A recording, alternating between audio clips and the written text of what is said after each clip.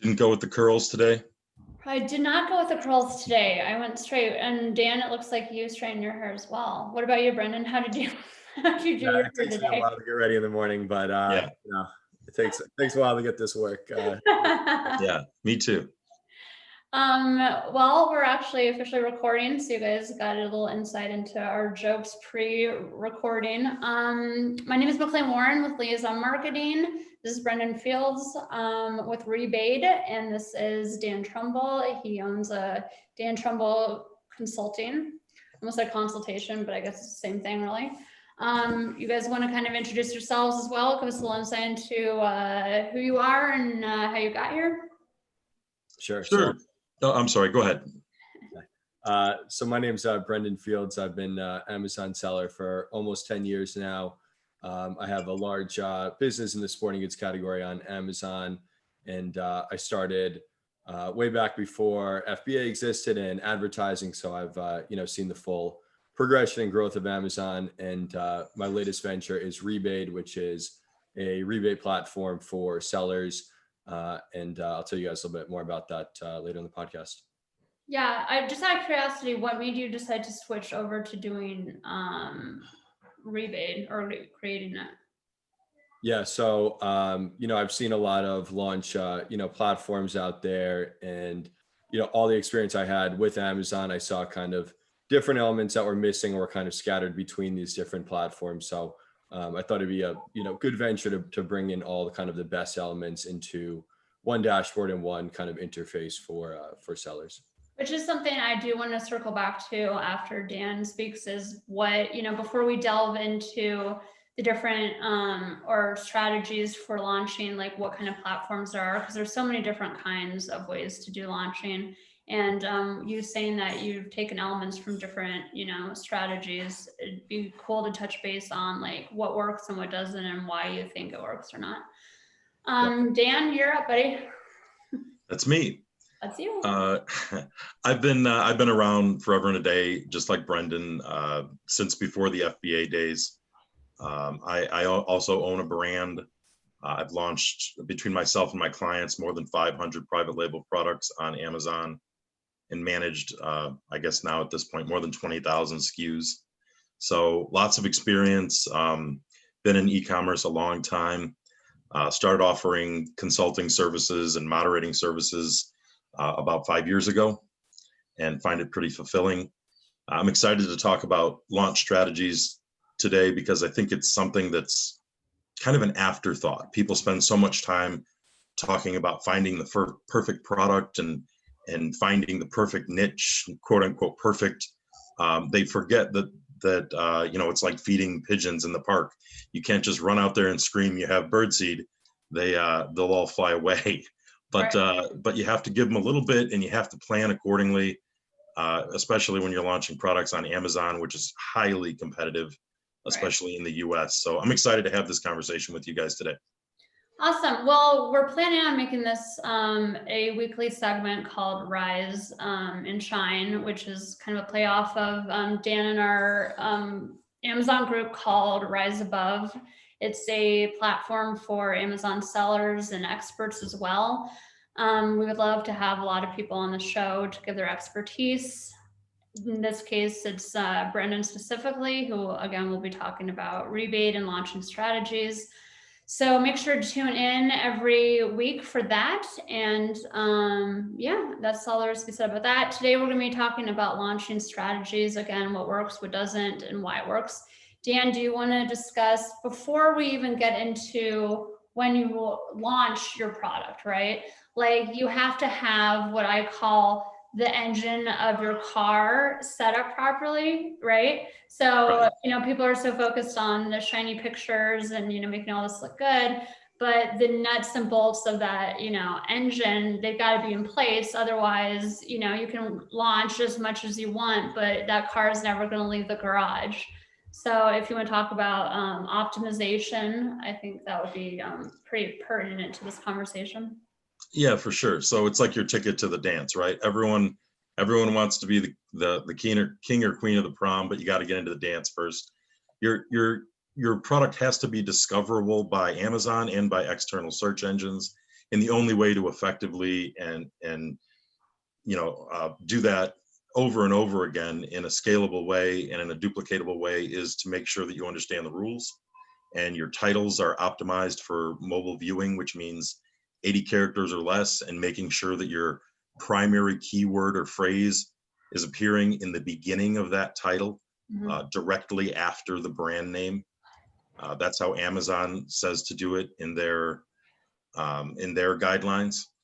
And then moving down to the bullet points, making sure that you're peppering in as many pertinent is really important. Pertinent keywords and phrases. Don't be ashamed to take creativity from your competitors, right? Don't reinvent the wheel. If you're selling blue widgets and someone else is selling blue widgets, make sure blue widgets is in your listing, right? It sounds crazy, but some people get so caught up in what HTML can I use in the body and how long is the title, and I want to make sure that I'm capturing this focus group that they forget. We're selling widgets. Right. So, and then, use HTML. If you don't have brand registry, HTML is a great way to clean up the body of your listing. It's going to be more aesthetically pleasing. It will not change your search engine optimization, but the information you include will. Yeah. So, I mean, and then those back-end search terms, obviously, all that has to be populated before you spend a single dime or before you even get into your launch strategy. And Brandon, what are your thoughts on that? Do you agree with everything Dan said? I do, yeah. And so building on that, so there's kind of this this sounds obvious, but it's lost, I think, on so many sellers, is the purpose of a launch is to get traffic to get a good product noticed by shoppers. So if your product is not a good product, so if it's a poor quality product, you're not going to be able to buy reviews or do black hat activity to support a bad product and make it look good on Amazon. In other words, kind of put lipstick on a pig. So what you're doing with the launch is getting some momentum behind your listing so that your listing starts being found by shoppers on Amazon. And from there, you want those organic shoppers to take over. If your product isn't a good product, it's always going to fall back, and you're going to waste all the money that you spend on the launch. So that's the role of a launch, and it's important to keep that in mind, going into it. Yeah, one of my favorite, it's an old quote, but it pretty much says, "Nothing reveals a bad product like good advertising." So, no kidding. You can do whatever you want. You can put as much as you want to advertising, but if you can't back up those claims, it's irrelevant. It's not going to work. So yeah, I totally agree.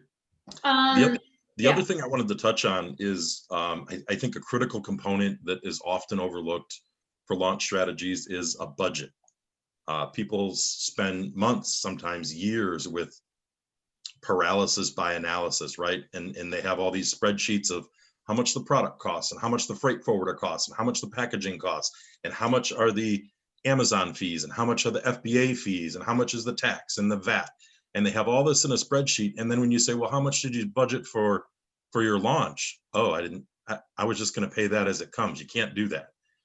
You have to know if you're planning on making money or if the first round of products are going to be a loss leader. Either way is okay, but it's pretty dangerous to not know the difference. I mean, I know with my clients, when I ask what their profit margins are, they don't even talk about PPC or launching. It's like, those are probably some of your biggest, that's what's sucking up most of your money. So these are things that you need to definitely incorporate into your budget, like you said. And oftentimes, especially if it's someone's first launch or even second or third launch, oftentimes they don't know, right? They've not been there. So they haven't managed an ongoing successful product on Amazon. So the only costs that they're familiar with are the ones that they've been collecting over the last few months, which is product cost, everything we just discussed. And they don't know that once you're done with that, all that work is done, which is the nice part about private label. You find that you do all that work once and then you just keep reordering in theory. But then it changes. The way you manage that product changes, and so should the way you budget for it.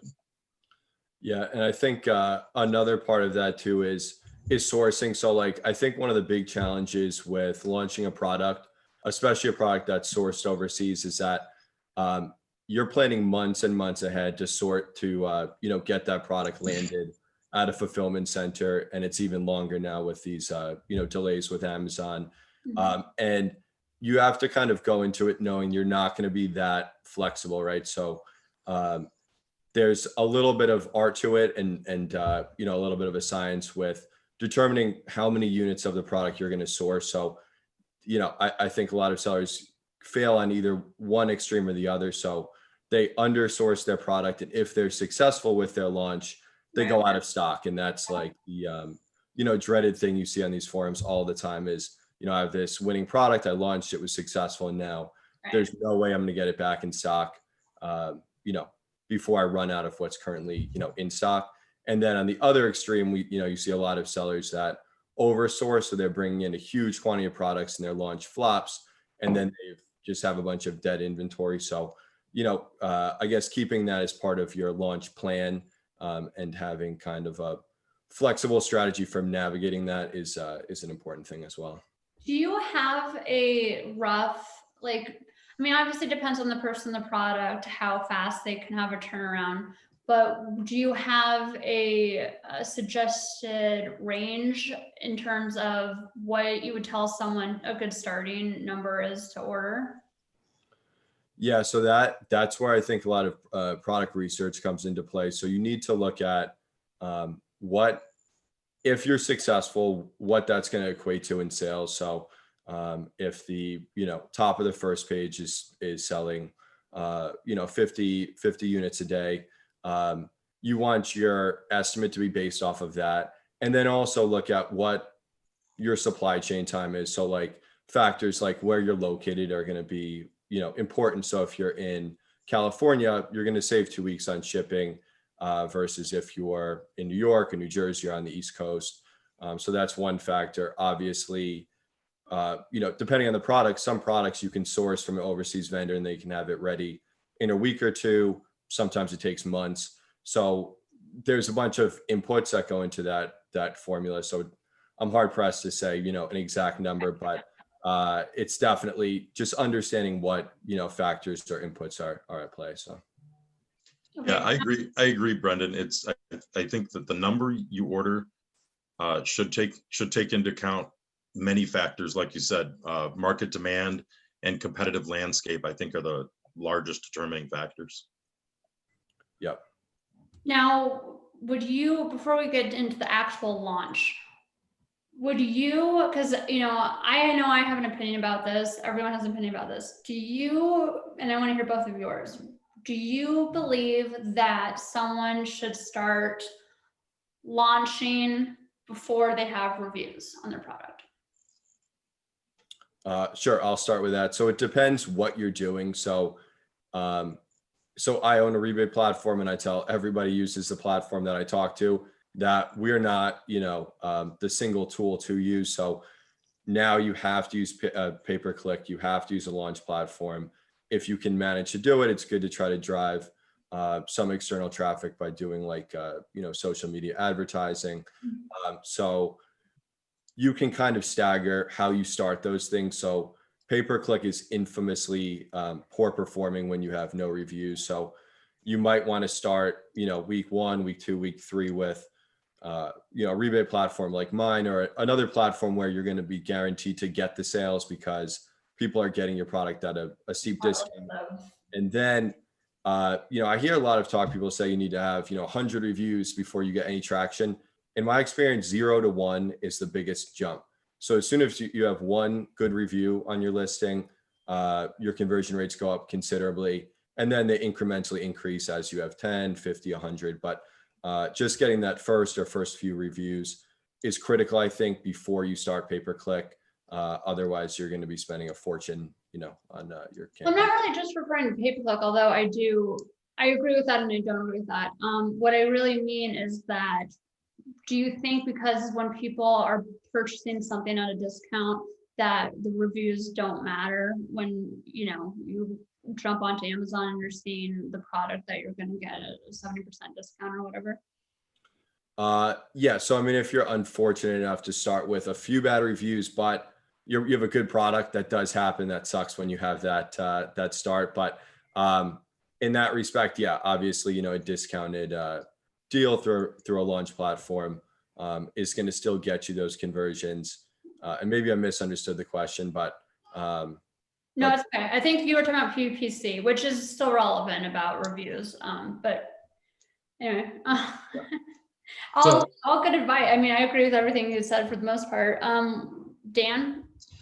Yeah, so I think that, like Brendan said, it's got to be a staggered, kind of multi-pronged attack. I actually start PPC from day one, but it's an extremely fiscally conservative version. Yeah. And then as I collect reviews, I start to invest more and more. If you don't do PPC on Amazon today, it is an art form. And there are people that only do that for a living, and they are wizards. But it's something you have to constantly be nipping, tucking, grooming to pump the best performance out of it.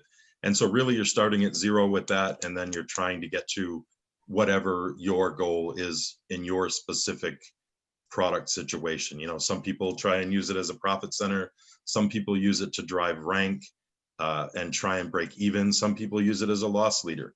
I've seen it used effectively in all ways. And like I said before, it's just really important to know how you want to use it before you start to use it. I do like platforms like Rebate because they do guarantee you your first sale. So like you were saying, Brendan, the biggest jump is from 0 to 1 reviews. I would say when you get your first sale, that's when you get rank.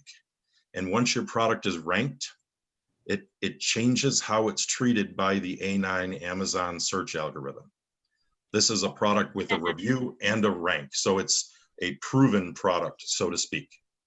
Yep. And if I could jump back, because you reminded me, Dan, of one thing. So pay-per-click is not actually just a launch tool or something used to maintain your rank. It's actually a great keyword research tool. So a lot of and this totally changes what I said before, but a lot of people before they launch will actually do an automatic target campaign just to collect keyword data and see because I think a lot of people think, I know what the best keyword phrase for my product is, and then shoppers tell them that they're totally wrong. So that's actually something that you reminded me of and is important to keep in mind too.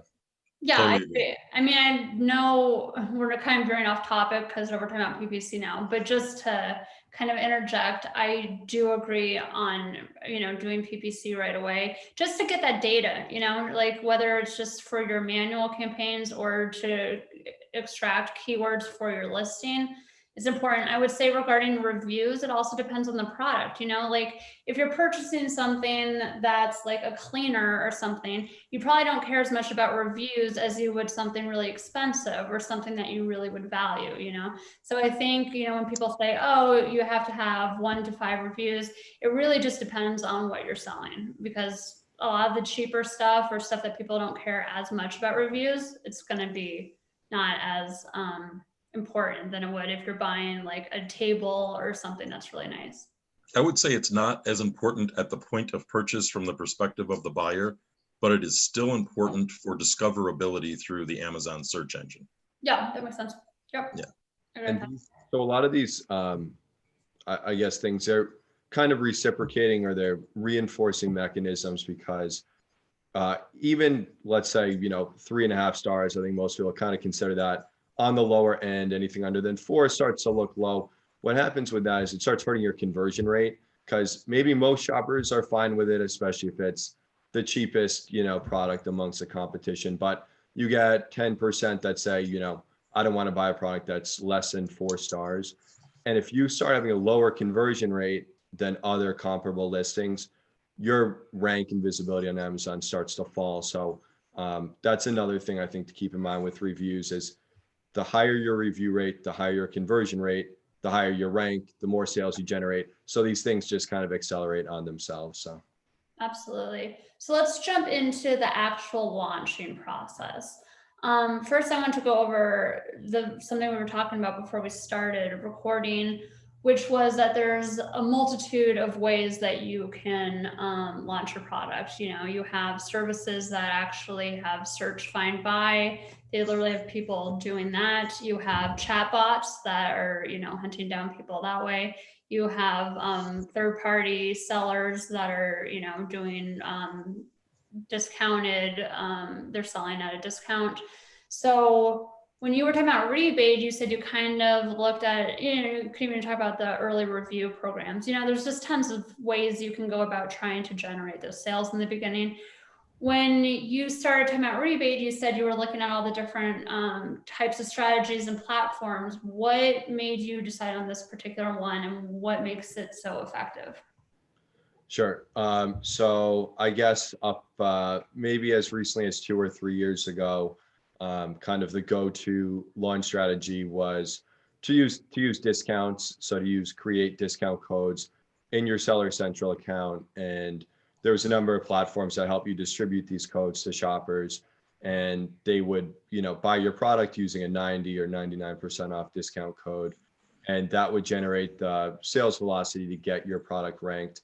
A few years ago, sellers started to notice that those discount codes were less effective at getting your product ranked, and were also not affecting BSR, which is the you know, Amazon sales velocity. And so people started moving to rebates. There's a couple platforms that do it.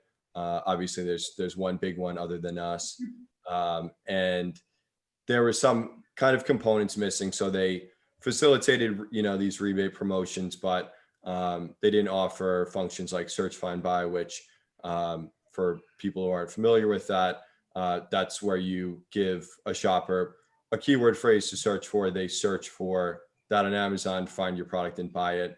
So effectively, you're feeding Amazon's algorithm the keyword data that tells Amazon what to rank your product for. So that's a feature that we have that isn't available on other platforms.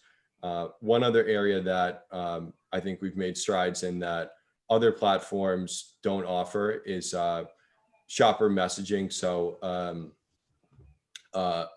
so SMS text messaging has become a good way to reach shoppers, and no other platform is doing it. And we created a shopper messaging system that is SMS text message based. So sellers can actually reach shoppers where they're seeing the messages. Up until recently, you know, with email, most shoppers or most recipients would see your email. And there's been a lot of changes to inboxes like Gmail that will actually filter out messages that are perceived as promotional. So a lot of times shoppers aren't even seeing the messages that are sent as follow-up. So with SMS text, you know, we can, you know, more or less guarantee that shoppers are actually seeing the messages that sellers send as a post-order follow-up. And how do you feel about the effectiveness of, and both of you can answer this, with super URLs or two steps, or is that something that you incorporate into your program? And do you find them as effective as search, find, buys? Yeah, so for a period of time, they took a total dive. So those, in my opinion, weren't working at all. So what's kind of come up that has brought them back to some extent is, and I'll just name a few companies like Pixelfy, URL Genius, AMZ1, that to some extent actually simulate a search from that super URL. And I think there's a lot of disagreement, or maybe not everyone sees eye to eye on how effective those are, but those, in my opinion, have definitely brought back some of the effectiveness of super URLs. But still, search, find, buy, I think most people would agree is the most effective, you know, strategy. So, Jim? Yeah, I agree. I don't use super URLs at all. What we haven't talked about as part of a launch strategy is the Amazon coupon. So when I launch, I always launch with a coupon. Putting a coupon on your product is different than discounting it, as you probably know. It also makes your product show up in different places specific to Amazon, places you can only show up if you have a coupon on your product. It's also free to do. It's 60 cents per redemption. So, and then of course, whatever discount you offer, which again, you should be budgeting for as part of your launch and ongoing strategy. So overall, and then there's that point of sale, right? Like $5 off a $25 item. Ooh, that's a good deal. It's kind of that impulse, like I'm getting a good deal, so I'd be dumb not to buy it. That sort of mentality. But there's still a lot of that out there. There's still a lot of that perceived value is what it's called out there. And so while coupons can't be a standalone, none of these ideas can be standalone launch strategies. It can be a nice complement to something like Rebate, which I also use along with an aggressively low PPC strategy on Amazon, combined with, no, I'm serious, really aggressively low. Like I won't pay more than 8 cents per click, that sort of thing. Because we know if it's a new product and there's no reviews, we know that you can pour, it's like throwing money into a volcano until you get those first handful of reviews. So you have to be really selective, really deliberate with your dollars to make it go. And you have to spread them around, and you have to hit social media, coupons, again, a company like Rebate that can guarantee you your first 1, 10, 100 sales, whatever, and can also guarantee that they're staggered across time, which will also have a really positive impact and extrapolate that rank very quickly. So those things combined together, I think, make the most sense. But that's the short version of that's the long version of I don't use super URLs. Nothing short with you. That was short. Yeah, I know. So recently it's kind of come to the limelight that chatbots, obviously there's a very popular one that most people use, but that they might actually affect launching because of the buyer score, because of the type of people it attracts. Have you guys heard anything about this? Yeah, so I think there's a lot of speculation on that. And I would be surprised if Amazon is not keeping track of that, because it is something that would be easy to follow. So I think most shoppers, that use Amazon follow a natural level of activity. Most people are not buying 30 items per day on Amazon. Plus, Amazon also has referral data, so they know, at least to some extent, where people are coming from before they go to Amazon to make a purchase. So I would be very surprised if they are not following that. I haven't seen any evidence, any leak from Amazon that they're doing that, but it's not a far-fetched idea. So I guess good launch platforms, and there's other good ones, we're not the only one, but good launch platforms are always trying to bring in new shoppers, and they'll have fairly conservative limits on how many offers those shoppers can redeem, so that they're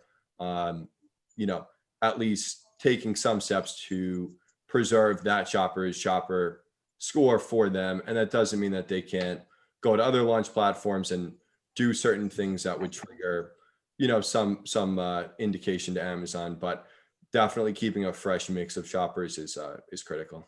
Do you have a way on your platform to kind of cap how much inventory people can buy from one buyer, is what I mean by that? Yeah, we do. So we have caps on how many redemptions that each shopper can make. And again, that doesn't mean, to be transparent, that they can't go to another rebate platform and then a discount site and buy a ton of stuff on Amazon and trigger something. But I would say at the very worst, sellers are getting suspended for that. It may just mean that at least that shopper's purchase, who's a chronic deal hunter, may not be as effective as far as rank. So. Okay, I wanted to circle back to the optimization, because we had discussed this also before the video. We were talking about titles and keywords, and using effective keywords when you're launching your product. So I would love for both of your opinions on that and how you would advise people to figure out which keywords they really want to go after when they are launching their product. I'll jump in first if you don't mind, Brenda. Yeah, go ahead. So we talked a little about earlier in regard to running a PPC campaign on Amazon.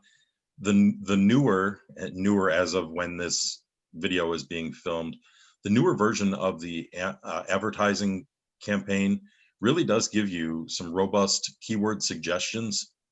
You know, you can type in blue widget and it'll give you widget competitors and other things that people call widgets, and teal, turquoise, you know, it's pretty good. The logic is pretty good. So that's typically where I start. I know Helium 10, you know, I don't work for them. I don't get any money for mentioning them, but Helium 10 has been kind of the gold standard of keyword discovery. But another way, kind of organically, go look at your competitors, right? You're not launching the cure for cancer. Someone else is selling something similar to what you have.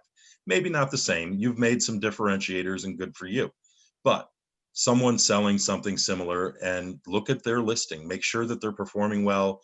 They have good reviews. Look at their bad reviews. What are customers complaining about consistently, and make those revisions. You know, all those things probably make the most sense as far as adding in keywords. You know, if someone's selling a shoehorn and there's a weird seam on it and it hurts someone's foot, you can describe it as being a painless shoehorn, a seamless shoehorn for no pain, or specifically for people with diabetic foot pain. Whatever, you know, whatever spin or whatever group of keywords you can put in that'll capture that demand will result in sales. I would even argue that even though obviously Amazon has the A10 algorithm and that's separate from any of the external, you know, search engines, you can even use, instead of just using Helium or Jungle Scout or any of those, you can even use things like SEMrush, even, you know, just programs, because like you said, you want to be discovered both outside and inside Amazon. So there's no harm in looking to see what people are looking up on Google, you know, or For sure. Spotify or any of those stores. For sure. Your thoughts, Brendan? So I agree with everything Dan said, and I'll take kind of the launching and you know, veer off on one other thing that I guess ties into what I said before and partially what Dan said is using a launch strategy that mimics a natural shopper behavior and product development cycle on Amazon. So you want your product to start generating sales at a pace that's familiar to Amazon for a product that is generating traction in the marketplace. So for a long time, a lot of sellers were doing this like blast where they would launch and generate, you know, a huge number of sales for 7, 8, 9 days and would be ranked, you know, at the end of that week or 10-day period. What you want to do now is do a gradual ramp up. So, and this is also, I think, makes sellers more comfortable with their launch when they're starting with generating 1, 2, 3 sales a day and slowly scaling up, because they can see the progress. They see their product start to rank higher in Amazon, and you know, say you start on page 5 with 3 orders a day, and by the time you get to page 2, you're generating 10, 15 sales a day. That seems to be working better than this kind of blast of of orders in a short period of time. So.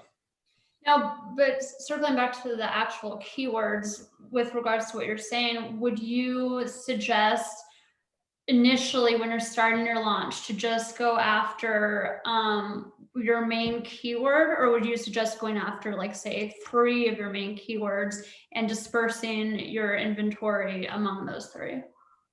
Yeah, so what I've seen the best results from is when sellers do close variations on a similar phrase. So rather than generate all these sales, if you're doing search, find, buy, or even for that matter, I guess a super URL, using a close variation. So paper towel holder, paper towel rack, paper towel holders. So doing like a plural, that seems to work best. So you're not laser targeting one keyword, but you're kind of keeping a close range on variations of a particular phrase.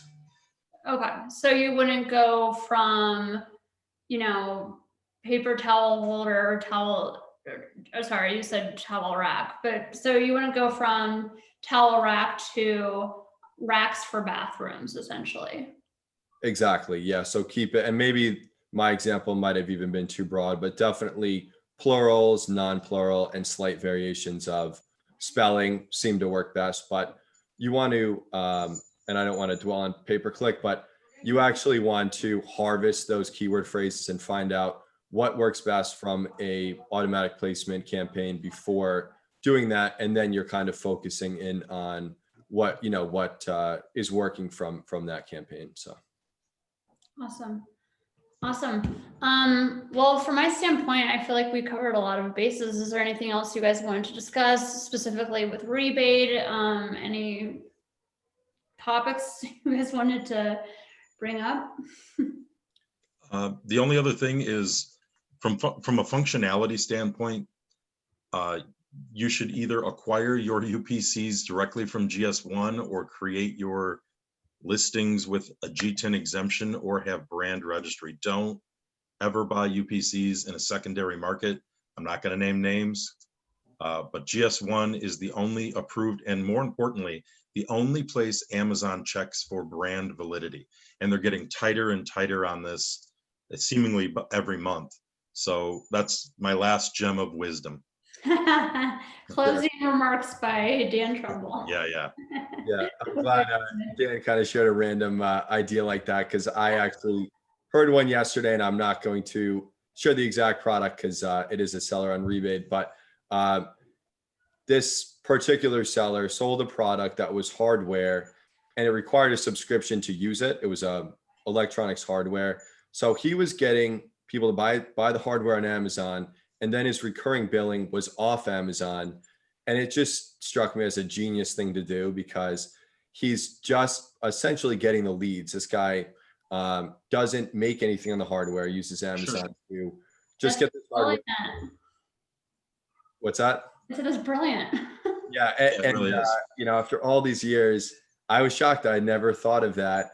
And actually, when I was talking to him, I said, well, doesn't Amazon handle the subscription billing? He said, well, no, it's, they don't do that. This is just my company. When they get the product, they have instructions to sign up for the subscription program to use it. It can't be used without it. And I was just like, I don't know why I've been selling sporting goods. I should be selling his product. So, Right. I just thought be a good thing to share. So That's brilliant. Smart. Awesome. Well, thank you so much, both of you. I mean, Dan, you have to be here because you're Yeah, right. you're tied to me whether you like it or not. Right. Brendan, it was awesome having you on. I hope that you're on a lot more. We love to see, not only just because you obviously have a successful and deep understanding of launching services, but also because you're a successful seller on Amazon, so your insight is very valuable.